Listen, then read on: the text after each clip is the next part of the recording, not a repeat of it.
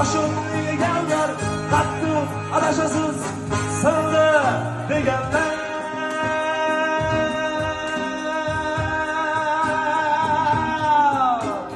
O'ynashmang yigitning omadi bilan, o'ynashmang yigitning omadi bilan. Yigit sevsa jonini qiladi bilan, hattoki boridan bo'lsa ham judo. Qo'sh qo'llab beradi, ko'p beradi, bir kuni Xudo